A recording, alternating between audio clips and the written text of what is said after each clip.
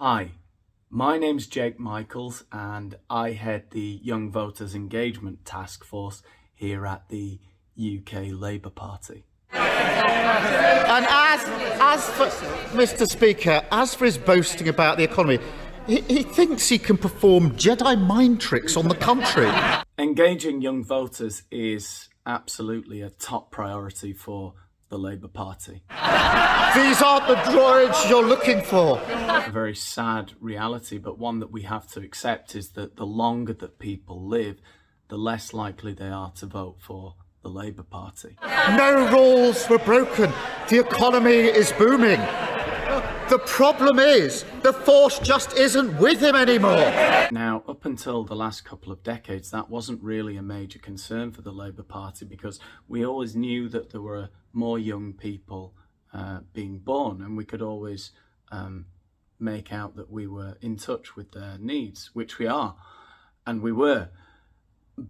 And then we could always divide people along social class lines. You know, there were a lot of people doing very dirty, noisy, despicable jobs in state-run companies, which we, on a whim, could improve the living conditions and standards of overnight.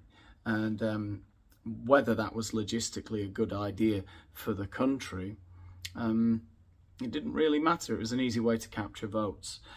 Now we've got this problem where those working class people have, they've become all uppity, and they think they're better than they are. And people are living longer. People have more disposable income. And unfortunately, all of those things are bad for the Labour Party. He thinks he's Obi-Wan Kenobi.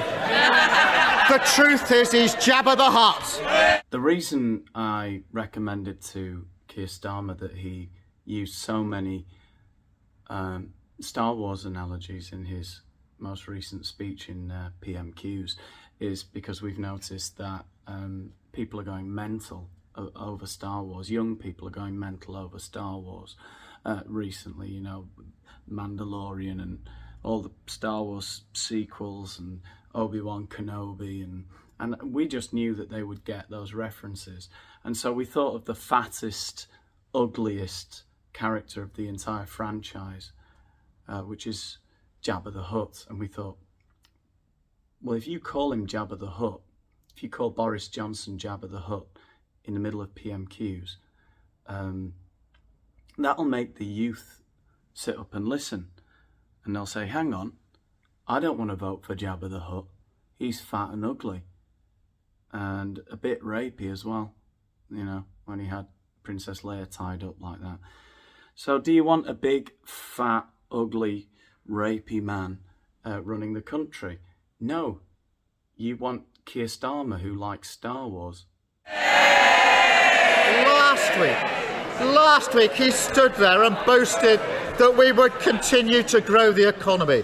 This week it turns out the economy shrank for the second month in a row. Some would call it a cheap shot, but then is there really a bottom of the barrel when you're fighting against a big, fat, ugly, slug-like, rapey sort of person who partied in lockdown? Not like Keir Starmer, Let's bear in mind, let's remember, Keir Starmer, when he had that beer and sandwich, he was really hungry. He'd been campaigning. He was really hungry. And the beer and the curries and the sandwiches were to give him strength to carry on. And